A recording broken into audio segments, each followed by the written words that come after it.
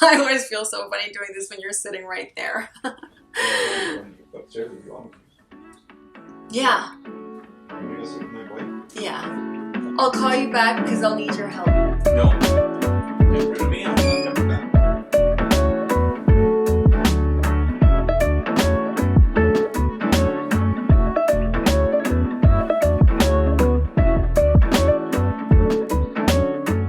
Hi everybody, welcome to my channel. My name is Robin and my Instagram handle is MotherPixels. So today I'm going to talk about the best free photography apps that you can get if you're interested in landscape photography. So these are free, not $9.99, not $5.99, not a one-time payment of anything. These are completely free. And these are apps that I use to help me predict weather, cloudy conditions, wind, edit my photos, determine how long a long exposure should be. Like, these apps are going to make your life so much easier. These are apps that I wish I had on my phone or that I knew about when I started landscape photography. During these times, we're all trying to save money and every little bit counts. $5 here, $10 there, it all adds up at the end of the month. So I'm hoping that you find that these next apps that I'm going to introduce to you are going to save you a lot of time and elevate your photography game. Now, not only am I going to show you apps, but I'm also going to give you extra resources that maybe you might not have thought of that you can use to your advantage to ensure that when you show up somewhere, the conditions are exactly as you wanted them to be. So in this video, I'm going to introduce you to 4 awesome apps, 2 for weather, 1 for editing, and 1 for how to shoot a long exposure and nail it properly. So without further ado, let's get started with our very first app. What I love about Astrospheric is that it gives you very accurate cloud coverage information. And why this is important to a landscape photographer is because if you have just the right amount of clouds, like 30 to 60%, then you're gonna have these beautiful, bright, fiery sunrises or sunsets. If you are looking to do astrophotography or trying to photograph Lady Aurora, then you will want 0 cloud coverage or maybe just a little bit for some effect. If you see that it's 100% cloud coverage, then it's going to be a pretty blah day, and you definitely want to avoid doing astrophotography during that time. So let's open up the app and I'll show you. So see right here at the very top, you just select the location that you want. Let's just go with Banff. Okay. Search. Then you go to Get Forecast. And it's going to show you the cloud coverage in Banff. So see, it says that right now it is at 0% cloud coverage, and it gives you a little bit of information about the temperature. As we scroll down, you can see the extended cloud forecast. So it'll give you the cloud forecast for up to 10 days. At the very top where you see 9, 10, 11, 12, those are the hours. So if I want to see what the cloud coverage is going to be today, Saturday at 5 o'clock, it says it's going to be at 6% cloud coverage in that area. Let's see, at 9 o'clock, it says 48% cloud coverage in that area. And if you scroll up, you can kind of see an aerial image of what the cloud coverage is going to look like.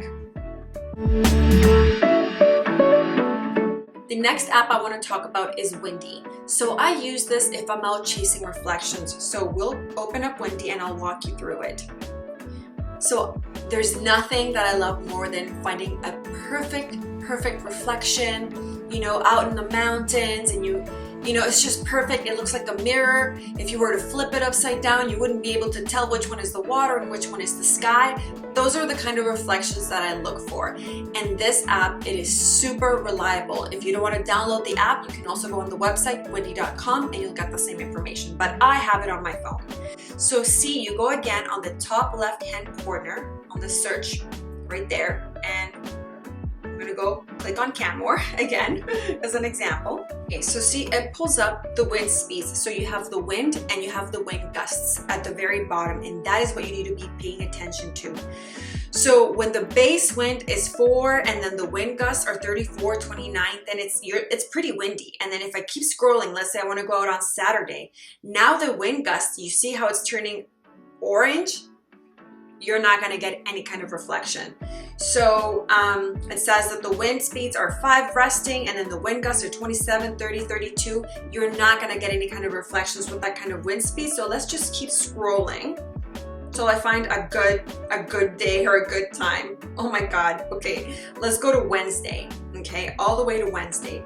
Once you see here on Wednesday, you see at 6 o'clock in the morning, the resting wind is 1 kilometer, and then the wind gusts are 12. That means that those are the days where you can probably go out and shoot absolutely epic reflections.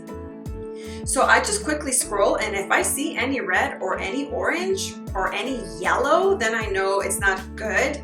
But if I see greens and I see those blues at the bottom, then I know that that is the perfect day for me to go out and go reflection hunting.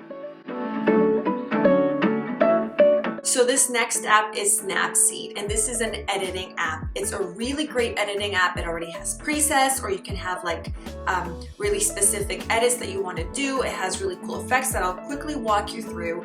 I used this app at the beginning when I did not know anything about Lightroom or Photoshop. I did not want to spend the money in the monthly fees. I was a stay-at-home mom with a kid. I didn't really have a lot of money, so I used Snapseed to edit my photos. And on Snapseed, you can even edit raw images. So I'll walk you through it now. Let's click on it. We're gonna tap in the middle, and let's go find a photo for me to edit. Let's edit this one right here. Okay. So see at the very bottom, you can either, where it says looks and it's in blue, you can either choose whatever you want, bright, fine art, right? It already has those presets, but let's just go with the normal one, okay? Let's just X out of that. And let's go to tools. Now this is gonna open up all these options. Now, if you just wanna control every aspect of the image, then go to Tune Image, which is on the top left corner. You click on it, right? And then you see this little, the second icon from the left. Click on that, and then you have your brightness, your contrast, your saturation, your ambience, your highlights. You can go to saturation. And at the very top, if you just slide, you see at the very top, you see the blue bar. I'm decreasing the saturation, so I'm basically making the photo black and white, or I just slide my finger to the right, and then I'm increasing the saturation, right, by a lot. Okay. So let's X out of that. So that's if you want to do like individual, like you want to control the highlights, you want to control the brightness, the contrast, if you want to do your own edits. Let's go back to Tool. Now here, if you want to do HDR, see, I use the HDR so much. And now this might look a little bit crazy. So if this seems like too strong for you, again, at the very top, you'll see the blue bar. You just slide your finger to the left and you see filter strength immediately going down, and it kind of reduces the effect, right? So let's leave it at like that. And then let's see the before and after. See, before, after, before, after. You find the before and after by just tapping on that little square at the very top right hand corner, and you hold it down. Now, I'm going to show you another fun thing that you can do on Snapseed that I used creatively for a couple of my images. So let's go back to Open. Okay, and let's find that horse one. Okay, let's go to Tools. And let's go to double exposure. So this will blend 2 different images and overlay them with a certain layer, a certain level of opacity. So let's choose the other photo by clicking that second icon from the ad, like that ad image. And I'm just gonna choose my son's face. And you see how right there is just like, you can kind of see my son's face overlaid. So let's just, you click on that icon, the second icon from the right that looks like a drop of water, and there you control the opacity. So I can either make my son stand out more or the horse stand out more, but I control the opacity. All right, boom. So that's just another fun type of effect that you can do through Snapseed. Now this next app, I honestly wish I had known about it when I first started doing long exposures, because I would just apply my filter and then I'd take like 10 to 15 shots before I actually got the shutter speed right. So I would set it for a minute and my photo was too dark. So then I set it for 2 minutes and then suddenly my photo was too bright. I set it for a minute 45. My photo was again too bright. I go to a minute 10 seconds. Again, my photo was too dark. Like it was ongoing, and light and clouds were disappearing and I was not getting it right. And when people talk to me about stops of light and it stops this amount of light and you need to calculate your shutter speed. I don't speak math, okay? It's not my language. I hate it when people are talking about Focal length this and focal point this. They lose me. I am not a technical shooter. I'm a creative shooter. I just want a simple app. It doesn't get simpler than this. A simple app that will calculate everything for me, okay? I just put in a number, a button, and it just tells me what to do, okay? And I wish I had known about this app when I first took my long exposure photos. I would have saved myself so much time and could have possibly taken way more photos. So this app is from Snapseed Filters, okay? And it's free to download. So let's click on it. And you see right there, your normal shutter speed is just basically, if you're out shooting, look at what the shutter speed on your camera is saying. If it says 1/50th of a second, you go to 1/50th right here, 50 right there. And let's say the ND filter that you're gonna put in front of it is like a 10-stop ND filter. You then go and you choose your 10-stop ND filter. There you go, your 10-stop ND filter.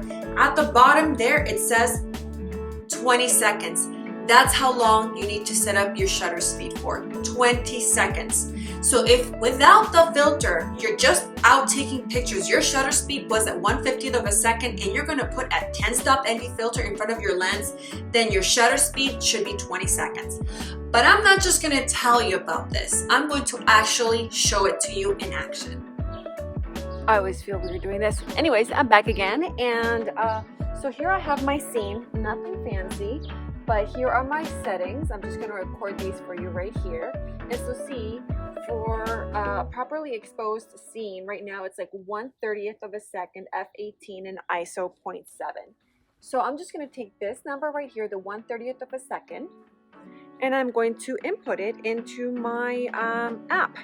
So I'm gonna open up my Snapseed app. Okay, I'm gonna open it up. I'm gonna put in 1/30th of a second right here. And it says the shutter speed should be 30 seconds. So I'm going to put in my 10-stop ND filter from Snapseed, which is why I put the 10-stop right there.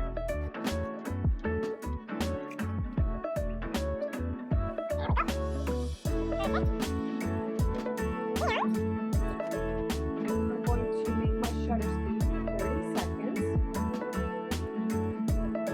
30, 30, 30. Okay. And put it on a self-timer because I don't want any camera shake. And boom. Now we wait. While we wait, my next door neighbors have a bunch of kids from the neighborhood playing basketball, and you're not allowed to do that because of the coronavirus. And me and my husband have been going back and forth all day if we need to be like reporting people, because it's like 2 or 3 neighborhood kids playing basketball, which would have been fine. I'm not that person, but just saying. Okay, that's it. Perfect. 30 seconds. Perfect, perfect, perfect exposure at 30 seconds.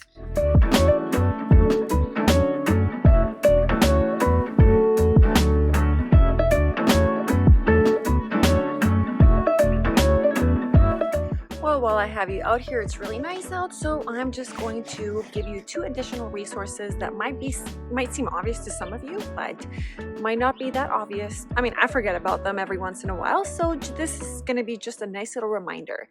Is if you go on your Instagram, when I want to know if, for example, right now we are transitioning into spring, if I want to know if a lake is open so I can go out and take some lake shots, I will go, let me record so I can show you as I'm doing it. I go to Instagram, I go to search, so the magnifying glass. Let's go to Wedge Pond. Okay, I type it in. There it is. I click on it. And instead of going to top, which is just going to show popular photos, I go to recent. And then I find who's been there. So see, I click on the, let's say that middle one. He was there 2 days ago. Okay, 2 days ago. Now, if I want to make sure that this is recent, then I will actually message Carrie Wonders. I'll message her and I'll be like, yo, I saw that photo at Kananaskis, at Wedge Pond. Is that photo recent? And then that way I know if I need to bother going there for some lake shots or not, because if it's frozen, I'm not going to bother.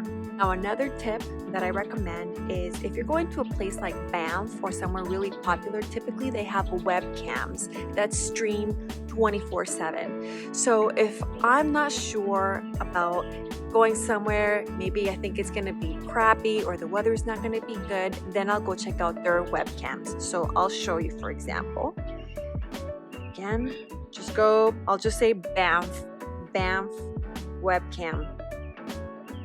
Okay, webcam, boom. Webcams, click on the very top. Sure, whatever, cookies, whatever.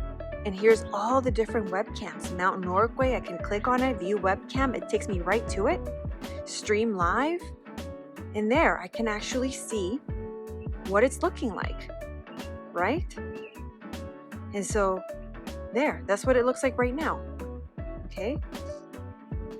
So if you're going somewhere, just check webcam. There's got to be webcams. If it's a very popular spot, there's probably going to be webcams. If not, try Instagram Places, try all these tools that I just gave you that I hope you found extremely informational. If you're interested in saving more money, make sure you watch my video on Can You Afford Photography, where I break it down what it's like to spend money on gear, on crop sensor versus full frame, tripod, polarizers, all kinds of stuff. Anyways, thank you guys for watching and stay tuned for more weekly videos coming from me to you.